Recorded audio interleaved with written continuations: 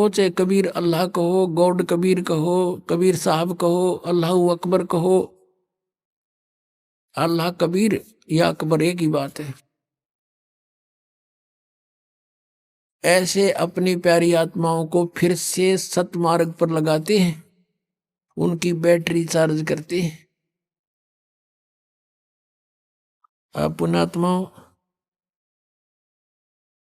कैसा है भगवान और कौन है परमात्मा? पहले तो हम अपने सदग्रंथों से पहचानेंगे कि कैसा है भगवान। जैसे पवित्र हिंदू धर्म के अंदर चारों वेदों को एथेंटिक मानते हैं कि वेदों में जो लिखा वो फाइनल है, लेकिन वेदों का जो लेख है मूल पाठ संस्कृत भाषा में है। अपनात्माओं, ज्ञान जो होता है, ज्ञान वो किसी भी भाषा में हो, ज्ञान तो ज्ञान ही होता है। जैसे हम अपनी चाहे हरियाणवी भाषा में बोल के वो बात बता दें, और चाहे जिस भाषा को कोई समझता हो उसमें बोलकर बता दें, वो ज्ञान श्रेष्ठ हो, यथार्थ हो, तो उसका समझना जरूर आवश्यक है।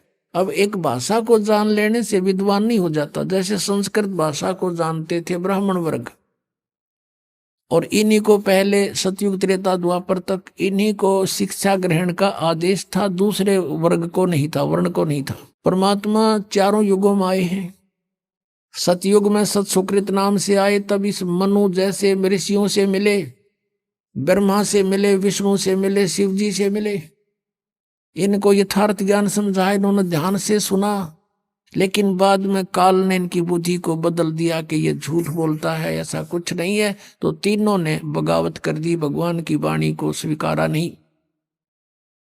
मनु जी ने भी परमात्मा का नाम बिगाड़ दिया कि ये वामदेव है।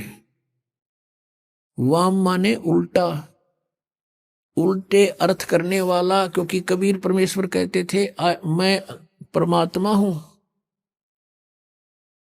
तो इस बात का बहुत मजाक उड़ाते थे वो कि ये भगवान है, ये ब्रह्मा विष्णु महेश से भी ऊपर मानता है, मेंटल है, मेंटल। और वो कहा करते कि भगवान तो निराकार है, प्रकाश ही प्रकाश है। परमात्मा कहा करते कि ऊपर भी मैं ही हूं, नीचे भी मैं ही हूं, दोनों ठोड़ पर मैं ही हूं। तो उसका नाम वामदेव रख लिया, वामदेव। वाम माने उल्टे, उल्टा, उल्टी खोपड़ी वाला। वामदेव उल्टी खोपड़ी वाला भगवान नहीं माना। कहने का भाव किसी ने नहीं माना परमात्मा को परमात्मा।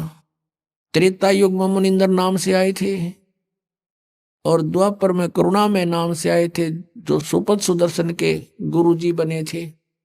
और त्रेता युग में आए थे जो मंदोदरी और नल नील, और लंका के अंदर जो एक चंद्र विजय भाट था, उसके 16 सदस्यों ने नाम लिया था। और भी कुछ एक अच्छी आत्माओं ने परमात्मा की शरण ग्रहण की थी। तो अब कलयुग के अंदर वो परमात्मा आए, और अपना यथार्थ ज्ञान स्वयं ही बताना पड़ता है परमात्मा